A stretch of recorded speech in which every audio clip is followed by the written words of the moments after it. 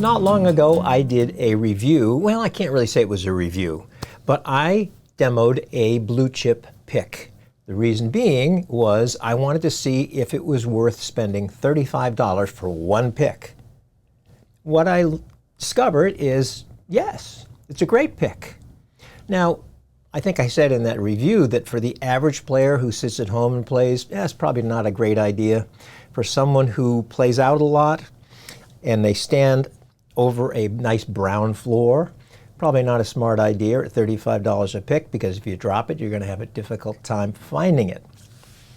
I did demo it against a few other picks, but I had lots of comments from folks, and they'd say something like, I love my blue chip, I own 4, or I'd never spend $35 for a pick. One fellow said he purchased some sort of plastic material 20 years ago, and he's been cutting picks out of that, and it cost him like $2 for the sheet of plastic, and he loves those picks.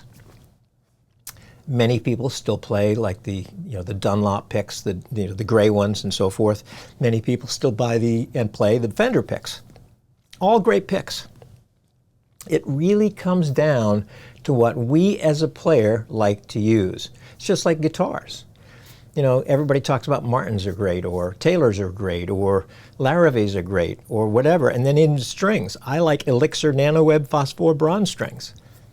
Other people like D'Addario. Other people like Martin strings. It's all what we like. So I decided, when people kept saying, well, you need to try a Charmed Life, or you need to try a Red Bear, or you really should try a Tone Slabs, that I really should purchase some of these other brands and compare them to my V pick, which I've been using at $4.50 a pick for about 3 or 4 years.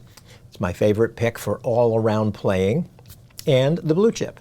So what I did was I purchased a bunch. I already had the blue chip at $35.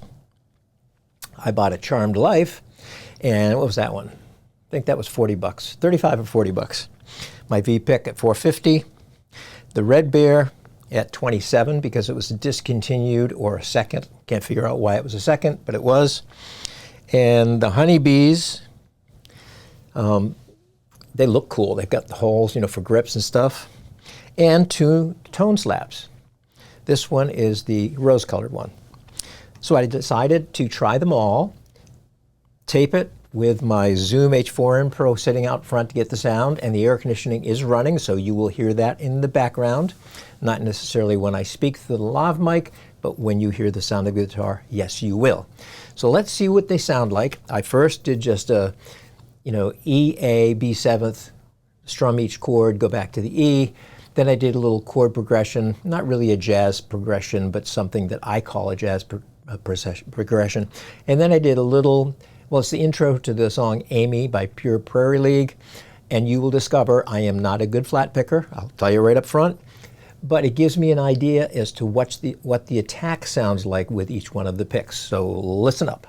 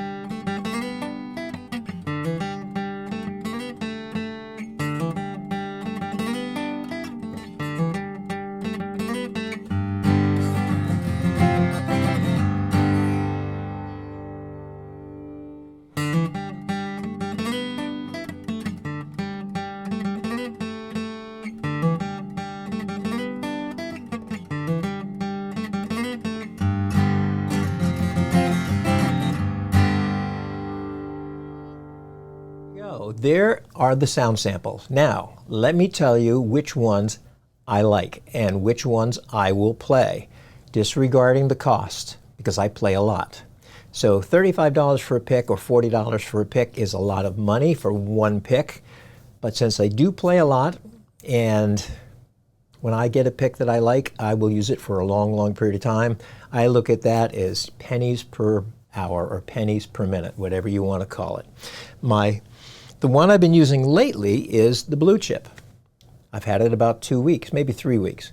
I have to say, all the hype that I heard about these picks, well, it was right. It is a great pick. It is, what do they call it, self-lubricating. It does not slip in the fingers while you're playing. It slides over the strings with very little pick noise. It has a nice, bright but balanced sound. It still brings out a lot of low end, but I can see why the bluegrass players love it.